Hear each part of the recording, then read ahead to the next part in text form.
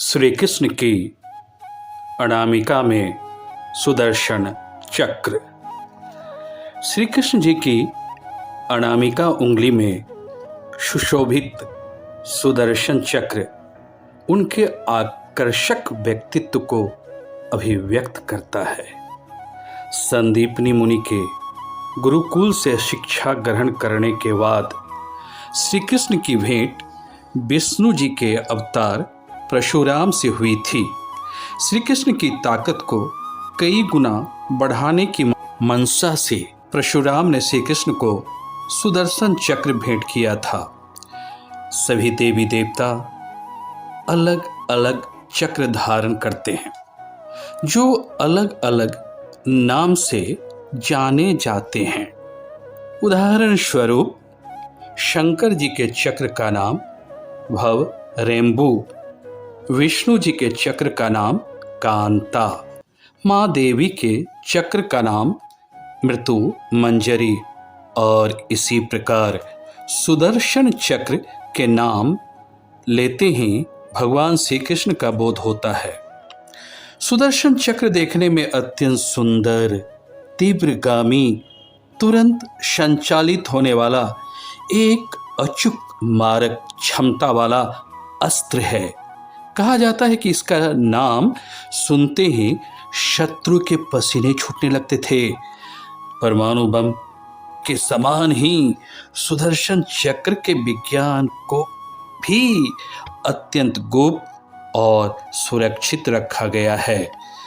इस अस्त्र की गोपनीयता इसलिए रखी गई होगी ताकि इस अमोघ अस्त्र की जानकारी देवताओं को छोड़ दूसरों को न लग जाए, अन्यथा अयोग्य और गैर जिम्मेदार लोगों द्वारा इसका दुरुपयोग हो सकता था।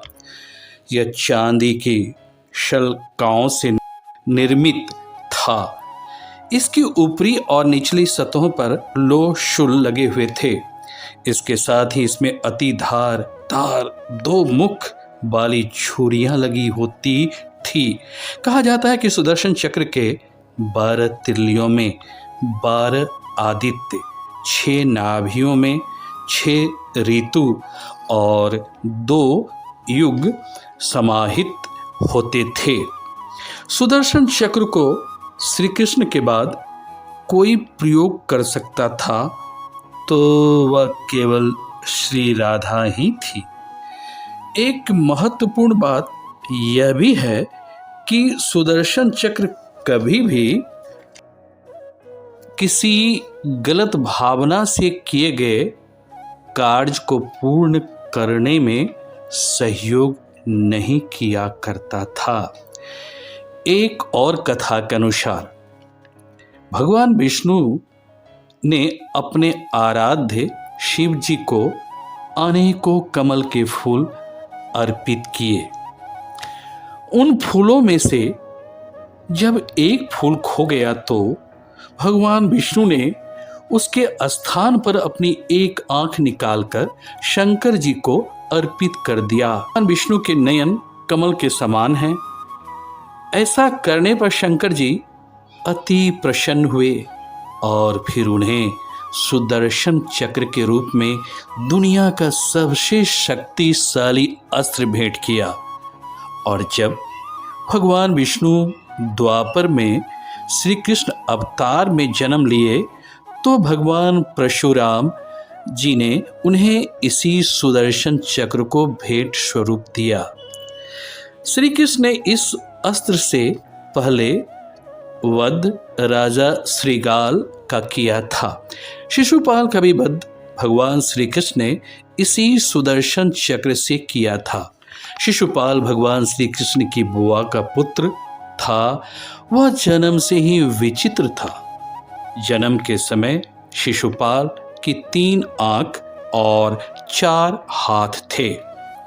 श्री कृष्ण ने अपनी बुआ को शिशुपाल की 100 गलती माफ करने का वचन दिया था, लेकिन ज्यों ही शिशुपाल 101 गलती करने की ओर मुड़ा, भगवान श्री कृष्ण ने अपनी सुदर्शन चक्र से उसका धड़ तन से अलग कर दिया। अचूक मार होती थी सुदर्शन चक्र की। एक दिन श्री कृष्ण ने अर्जुन से कहा, हे कौन्ते, आज मैं तुम्हें सुदर्शन चक्र तथा इसकी उपयोगिता के बारे में बताता हूं। हे धनंजय, सत्य तथा सुंदरता का उज्जवल चेहरा देखने से पहले हमें स्वार्थ, बेईमानी, लोभ, धोखा, दूसरों को क्षति पहुंचाकर खुद लाभ प्राप्त करने के लिए किसी के रास्ते में बाधक होने तथा किसी को पीछे ढकेल कर आगे बढ़ने की प्रत्येक रुकावट दूर करनी पड़ती है। उन रुकावटों को दूर करने में मेरी सुदर्शन चक्र की उपयोगिता बढ़ जाती है। हे कौन्ते, इसे इस तरह समझो, प्रकृति की हर चीज सृष्टि तथा कला की साक्षी रही है। अगर हम उन चीजों को उसी हालत में देखें जैसा कि प्रकृति ने उनको बनाया है और अपने पथ भ्रष्ट करने वाले कुविचारों के दृष्टिकोण से न देखें, जिनसे वस्तु की आकृतियां भद्दी और टेढ़ी मेढ़ी दिखाई देती है, तो हर वस्तु हमें प्राकृतिक सिद्धांतों के अनुसार जीने का संदेश देती है। हे पार्थ, प्रकृति के विरुद्ध चलने वाले मनुष्य अधिकतर राक्षसी प्रवृत्ति के होते हैं।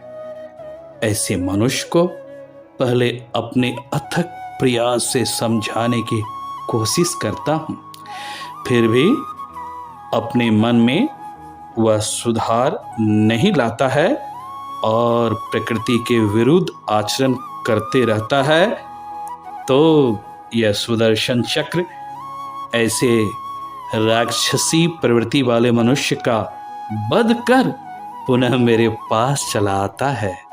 समझे पार्थ? जय श्री कृष्ण। यदि वीडियो पसंद आई हो तो शेयर करना ना भूलें।